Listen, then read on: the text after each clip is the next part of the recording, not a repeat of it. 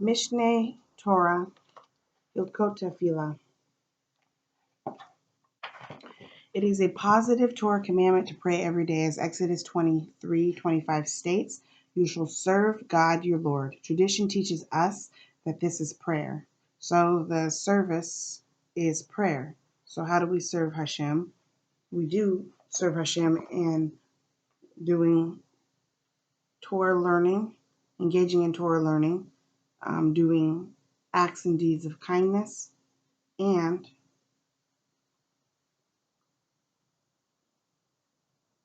by observing the mitzvahs, the commandments.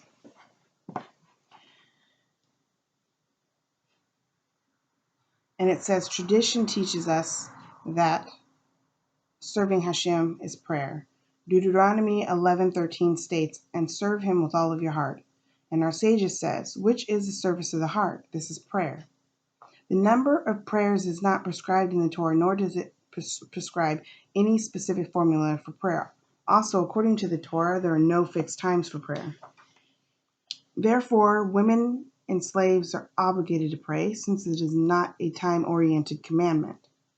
Rather, this commandment obligates each person to offer supplication and prayer every day and utter praises of the Holy One, blessed be He, then petition for all his needs with requests and supplications, and finally give praise and thanks to God for the goodness that He has bestowed upon him, each one according to his own ability. Number 3, a person who was eloquent would offer many prayers and requests. Conversely, a person who was slow of speech would speak as well as he could and whenever he desired. Similarly, the number of prayers was dependent on each person's ability. Some would pray once daily, others several times. Everyone would pray facing the Holy Temple wherever he might be. This was a uniform practice from the time of Moshe Rabbeinu until Ezra. The book of Ezra and Nehemiah in the Talmud are referred to as the book of Ezra.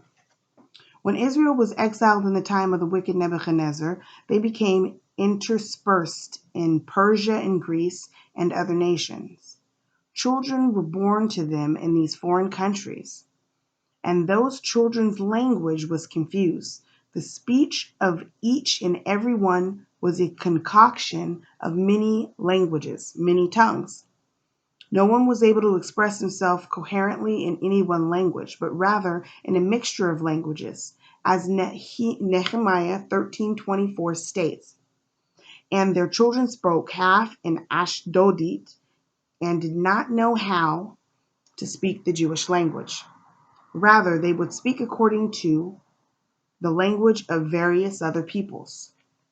Consequently, when someone would pray, he would be limited in his ability to request his needs or to praise the Holy One, blessed be He, in Hebrew, unless other languages were mixed in with it.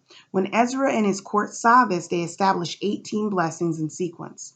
The first 3 blessings are praises of God, and the last 3 are thanksgiving. The intermediate blessings contain requests for all those things that serve as general categories for the desires of each and every person and the needs of the whole community. Thus, the prayers could be set in the mouths of everyone. They could learn them quickly, and the prayers of those unable to express themselves would be as complete as the prayers of the most eloquent.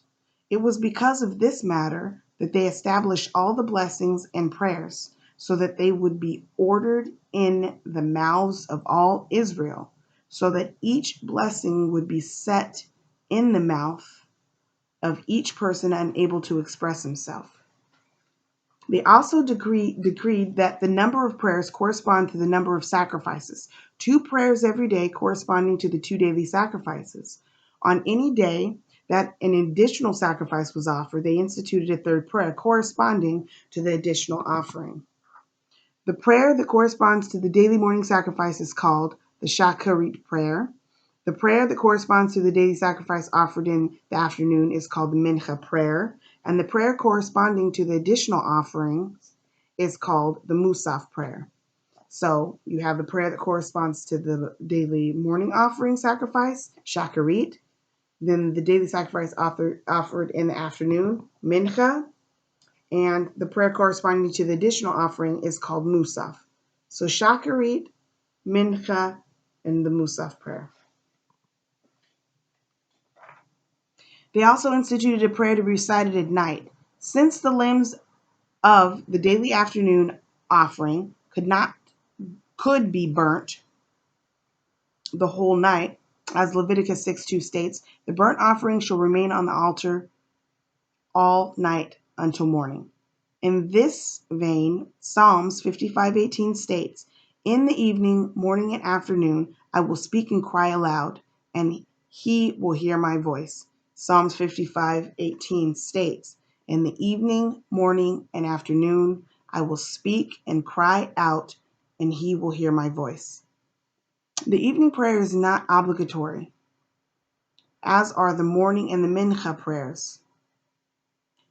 Nevertheless, the Jewish people in all the places that they have settled are accustomed to recite the evening prayer and have accepted it upon themselves as an obligatory prayer. Similarly, they instituted a prayer after the mincha prayer to be recited, close to sunset on fast days only, its purpose being to increase supplication and pleading because of the fast. So, they instituted the prayer after mincha to be recited close to the sunset on fast days only. For the reason is because to increase supplication and pleading because of the fast. This is called the Ne'ilah prayer, as if to say that the gates of heaven are closed behind the sun, which becomes hidden, since it is recited only close to the time of sunset. Thus, 3 prayers are recited daily: the evening prayer, the morning prayer, and the mincha prayer. There are 4 on Sabbaths, festivals, and Rosh Chodesh. The 3 that are recited daily in the Musaf prayer. On Yom Kippur, there are 5. These 4 and the Ne'ilah prayer. The number of these prayers may not be diminished, but may be increased. If a person wants to pray all day long, he may. Any prayer that one adds is considered as a free will offering.